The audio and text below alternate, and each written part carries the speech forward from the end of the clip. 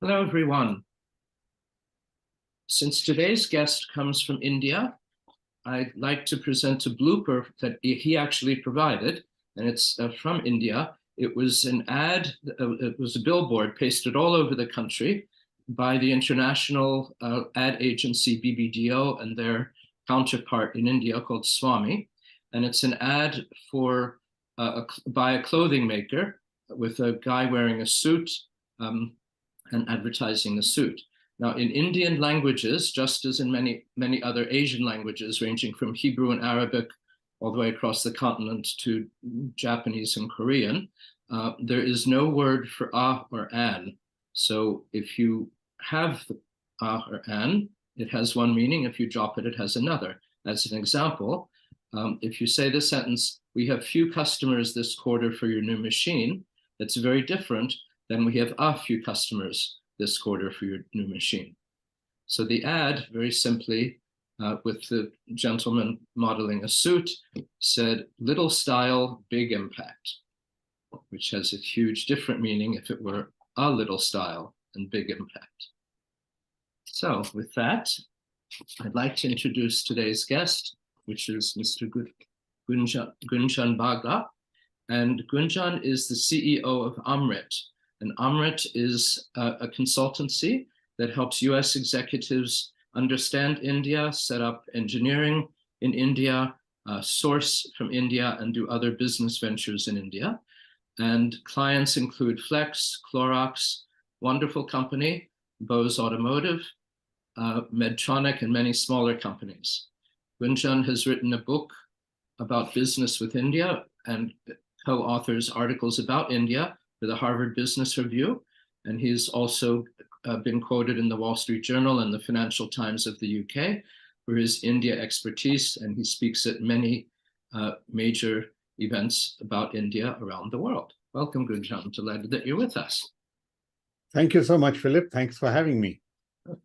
So perhaps you could start by giving us your background, your personal background a bit, and then about your company. Sure. So I was born in the city of Kanpur in North India. And back at that time, my parents' marriage was quite unusual because they came from different castes and chose each other. I grew up with a very professional mother. She was working from the time I was 4 as a professor, and so was my father. And college took me to the Indian Institute of Technology at Kanpur, which some of your listeners might know was established during President Kennedy's tenure. And it was the largest educational venture for the United States anywhere in the world. Caltech and MIT collaborated with 7 other American universities to set it up. So I was fortunate that I got an American college education in India. And a couple of years, I worked for an Indian company with a very unusual sounding name. It was called Larsen and Toubro. And both Mr. Larsen and Mr. Toubro were Danish citizens who got stuck in India during the Second World War. And they said, what the heck, let's start a company. And today it's one of India's largest companies. It's purely Indian, but it still maintains its Danish name. So I worked with them for a while before coming to the US. Fast forward to 2002, I'd been working in corporate America. I'd been working at venture-funded startups, and the itch to help my native country got strong, and I left the corporate world and started Amritt to help US companies to better understand India. At that time, India was the 25th largest trading partner to the US. Today it's among the top 10. The growth has been dramatic. Yeah. And so I've been lucky to be in the right place at the right time. I wish I could say I was just smart back in 2002. No, luck had a lot to do with it. And it's been a great ride. And the next 5 years will be even better based on what we've seen. Yes, and that's because India is booming as an economy. And you could perhaps tell us what makes India such a prime candidate for global investment at this point? Sure. So there are many factors that go into that. First of all, it is now the 5th largest economy in the world. Only The US, China, Japan, and Germany are larger, which means India is larger than France, it's larger than the UK. Okay? It's also the fastest growing major economy for 2023, and this is borne out by projections from the International Monetary Fund, the OECD, the World Bank, all outside agencies saying this. Okay? For the last 9 years, India has been led by a prime minister who is more business friendly than India has ever seen. And that has percolated to Indian entrepreneurs as well as Indian executives who had developed major ambitions starting back in 1991 when India liberalized, but today they see the world as their market. So I'm sure you saw the announcement yesterday by Boeing that they have won a $46 billion order for almost 300 aircraft. It was important enough that President Joe Biden himself sent out a news release about it. Doesn't happen very often that the president of the US comments on a business order. So the economy is large, it is growing. And I'm sorry, this was an order from Air India. Is that right? Yes, the order is from Air India, which is a 75-year-old airline, more than 75 years old, but it was recently repurchased by the Tata Group. And they are ambitiously trying to bring it back to its former glory. It's marvelous. What about business opportunities in terms of sourcing and sales and global engineering and so forth? What kind of opportunities do those sectors present? Sure. So, we have been working on helping American companies to source from India for 20 years. Okay? But it has taken a completely, different turn in the last couple of years, and that's primarily due to the United States focus on finding alternatives to China. So the US State Department and the Commerce Department have invented a new term in the last few months called friend shoring, where you try to source products from friendly countries. Well, when you look around the world, which friendly countries can offer affordable product in the kind of volume that American consumers and business need. Okay, there's very few choices there, and India is at the top of the list. So, for example, Apple was making almost all of its devices in China. Last year, they went from maybe $10 million of exports from India to over $1 billion of exports of iPhones from India. Okay, so they're going to employ about 50,000 people. Apple has not hired them directly. This is still their third-party contractors, but they are setting up these factories in Bangalore and Chennai. Sourcing capabilities extend to many sectors beyond electronics. Chemicals is a big factor. If you take any generic pharmaceutical medication, whether it's for diabetes or high blood pressure or anything, there's a 90% chance that the drug was manufactured in India. Okay. India is the largest source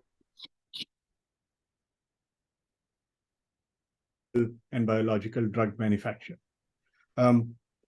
The capabilities go well beyond those sectors, but let me turn to India as a market. Okay, I just mentioned the market for aircraft, but if you look at Dell Computer, Hewlett Packard, you look at Oracle, you look at Google, you look at IBM, they're all making $1 billion plus a year in India. Okay? It's a huge market, and now it's also a market for e-commerce enabled companies that might be much smaller, and they can sell through online channels into India.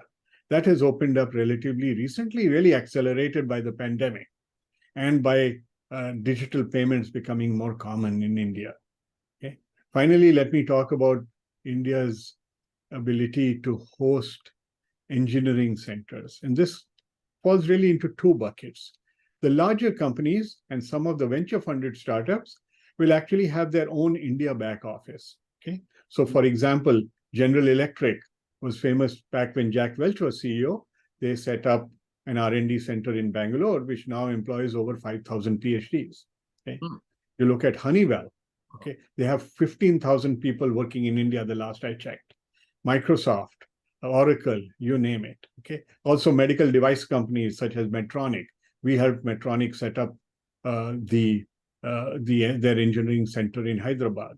Okay, so these are what are called the captive technical centers, where the employees in India are working for the subsidiary of an American company, and they are wearing badges that say, General Electric or Medtronic or Boston Scientific. Okay, the other side of it is where an American company or a European company, for that matter, will hire an external service provider.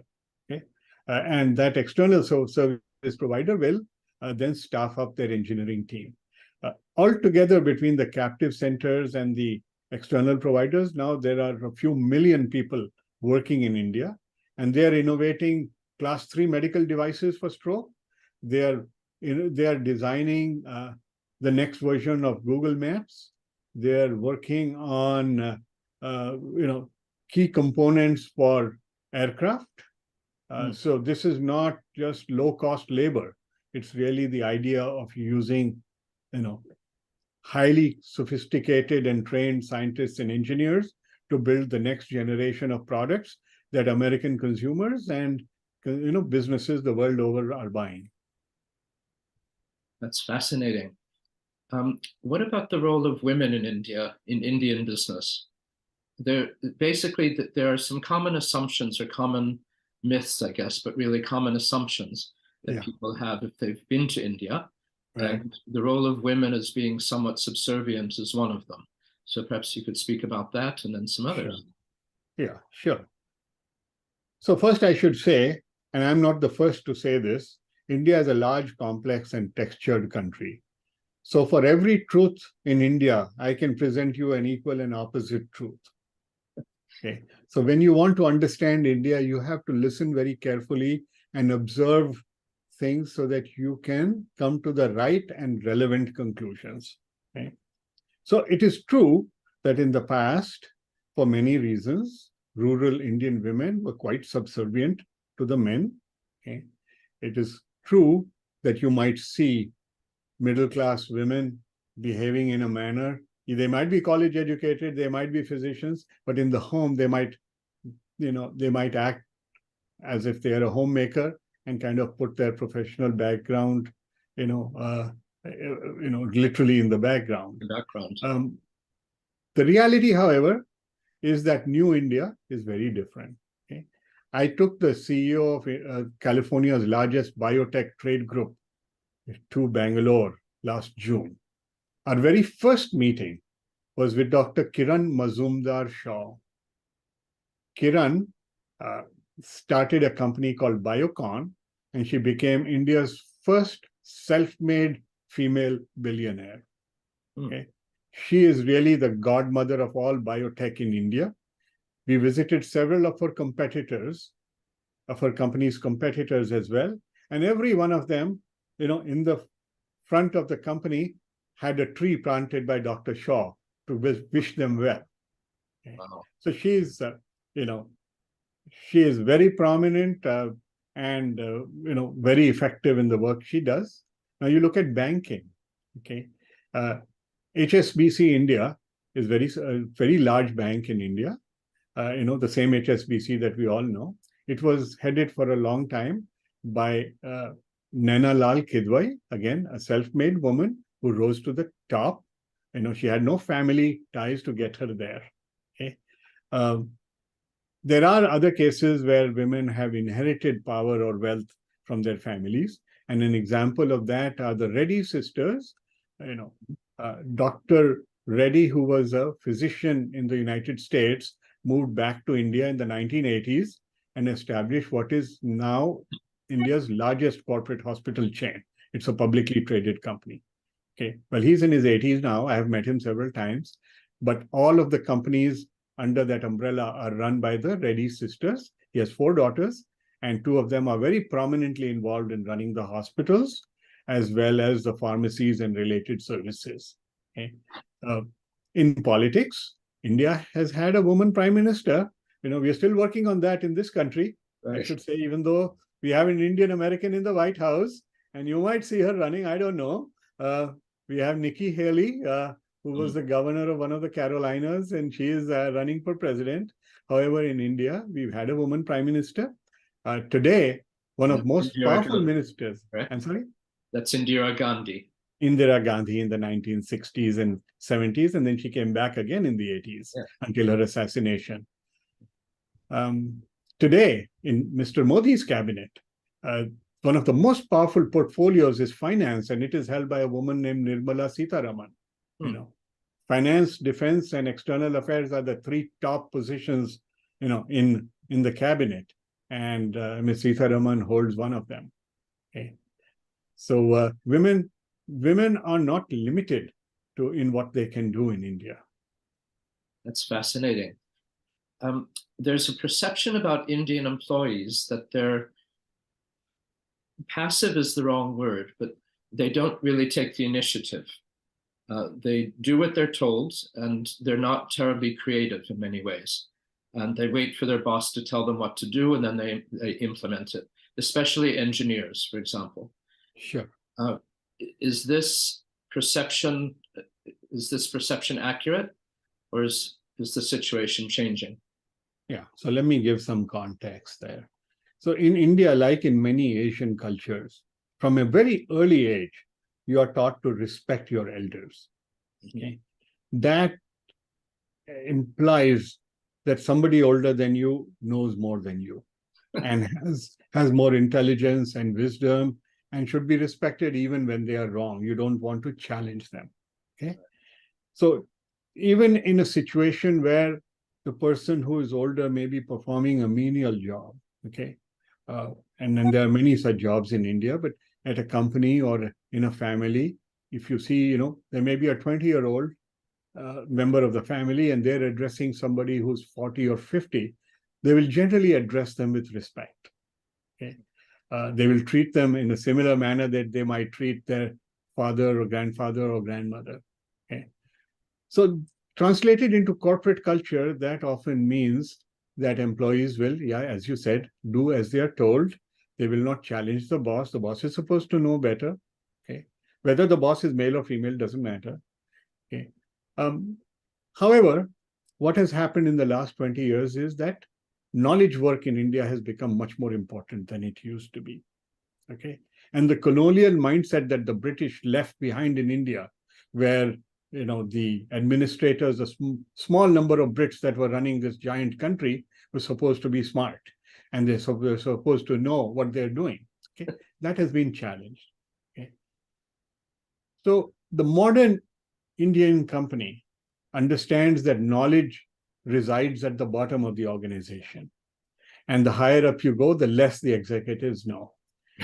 Particularly when you see American companies operating in India, whether it's a Google or a Cisco or a Capgemini or an Accenture, okay, they reward and encourage their employees.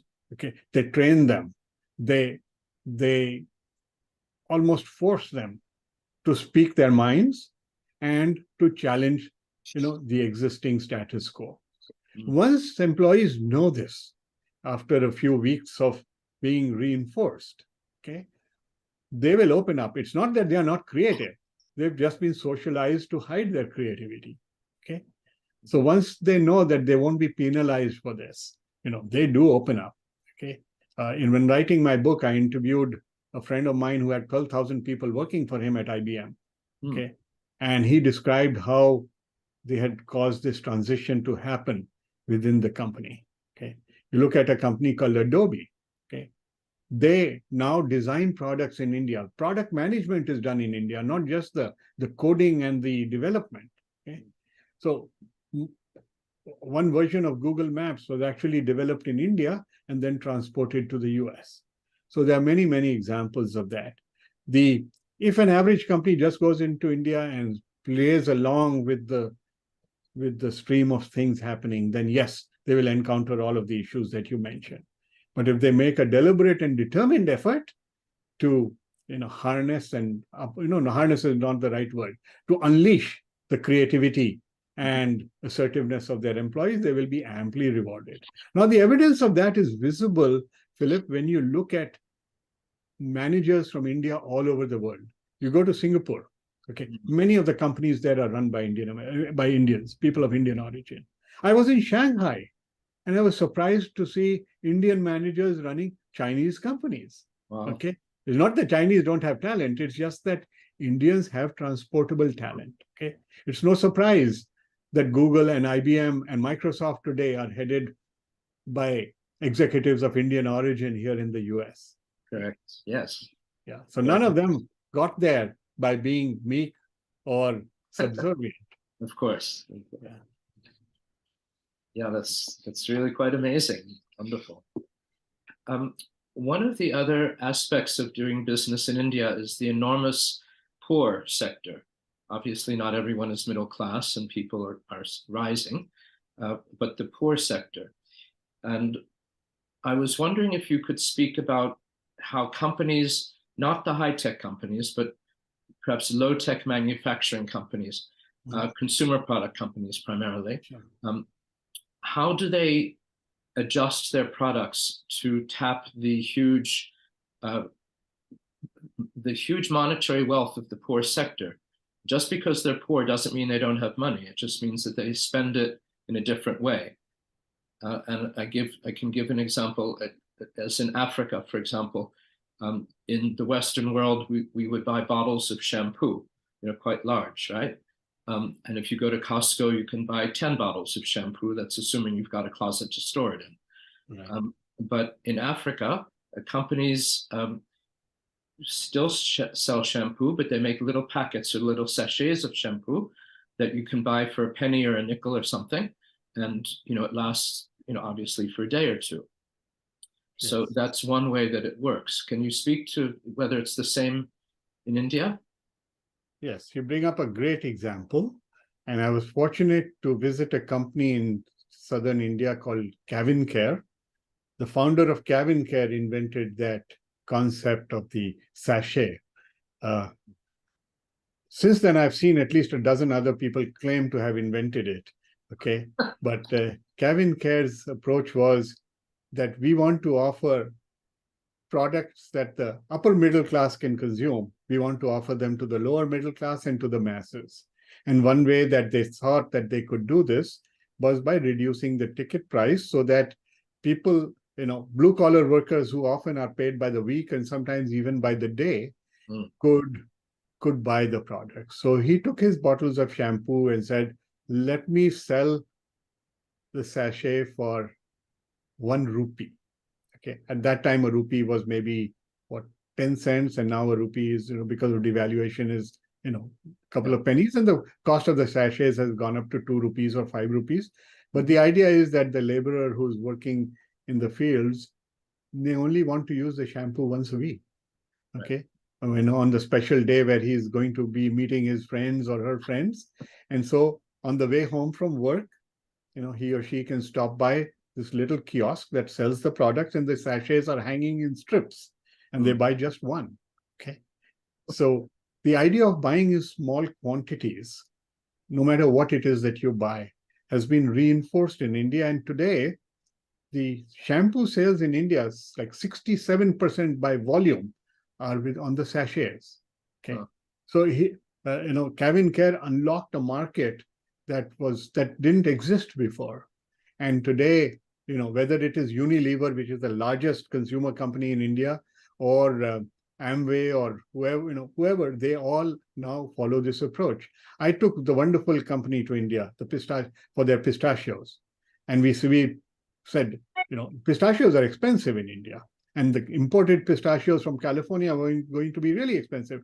And we said one way to get the consumer to try them is to package them in the smallest quantity possible. So you'd get like 6 or 7 pistachios in this pack, but it enabled the Indian consumer to see how much better the American pistachios were compared to products from other countries. This mentality pervades everything in India. Even the rich will buy in small quantities in many cases. Oh, that's fascinating. That I didn't know. Yeah, it's quite amazing. One of the downsides of doing business in India is the perception that business is difficult. For example, with a lot of rules and regulations that can suddenly change. Sure. So what are some difficulties that companies typically encounter? and how do you suggest overcoming them? Sure. Yeah. So there's a strong perception that India is not an easy place to do business. And I would divide my answer into two parts. Partly, yes, it's true. Okay, India is on the other side of the planet. It has 23 languages. From the American perspective, they drive on the wrong side of the road. When you try to flip a switch in India, you have to flip it the other way. It's up versus down. The book. If you look at the chart of accounts, the assets are on the wrong side of the balance sheet. Many of these are British habits, by the way. So it's not Right. just India. Of course. They speak English, but they speak Indian English. In fact, on my website, the most popular section is called the Dictionary of Indian English. And there's about 800 words listed there, which may have a different meaning, or they may be words that you never encounter in the US. My favorite is prepone. When somebody moves a meeting, earlier than planned, instead of postpone, they say, let's prepone the meeting. And the appendix at the end of a document is called an annexure. Okay, that word doesn't exist in the Merriam-Webster dictionary, but the Indians will use it. Okay, so those are the superficial issues that cause people to trip up. Okay, the more fundamental point is that people need to listen carefully when they enter India. We talk about how India's rules and regulations are difficult. When a foreign company is entering the United States, they are bewildered by our employment laws. They are completely confused by what the US FDA wants. They don't understand equal employment opportunity. There are, in India on a resume, you'll find the date of birth, age, religion listed. And we have to tell my Indian clients who are coming to the US, you can't ask those questions in the US. It's against the law to ask those questions. So sometimes it's a matter of perception. Okay. And also because in this country we've got the national law and then 51 state and district laws. I'm so glad you brought that up. People in India are very puzzled why everyone wants to register their company in Delaware and why it matters, why there are 50 sets of rules depending on which state you enter. In India, you register a company anywhere and you can do business in the entire country. The commercial laws don't change from state to state. So the legal system in India has many challenges. But you brought up a very important point. India's, legal infrastructure and corporate law is the same no matter where you go. Yeah. That's fascinating. Yeah.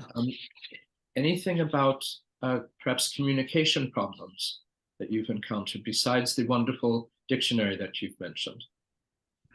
Right.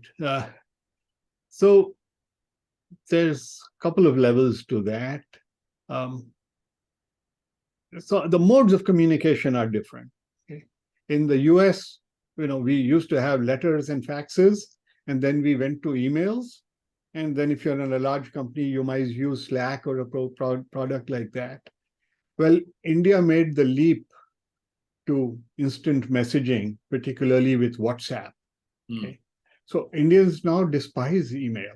Okay. The only way I get any response to email anymore is I send an email, because you can communicate much more in depth in an email, and then I send them a WhatsApp message saying, please look at my email. Okay. WhatsApp has become the primary way that Indians communicate with one another. And in fact, when Facebook paid about $20 billion to buy WhatsApp several years ago, most Americans didn't even know what WhatsApp was. And it had no revenue, no model for revenue at that time. But Zuckerberg and company knew that they were onto something big. And today, of course, WhatsApp is accepted in the US as well. So the mode of communication is important.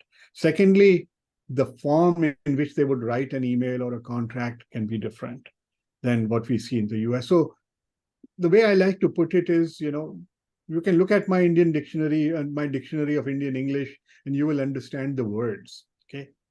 But I interviewed Dr. R. Gopalakrishnan, who was on the board of Tata Sons for my book. And he came up with a concept that I used in my book.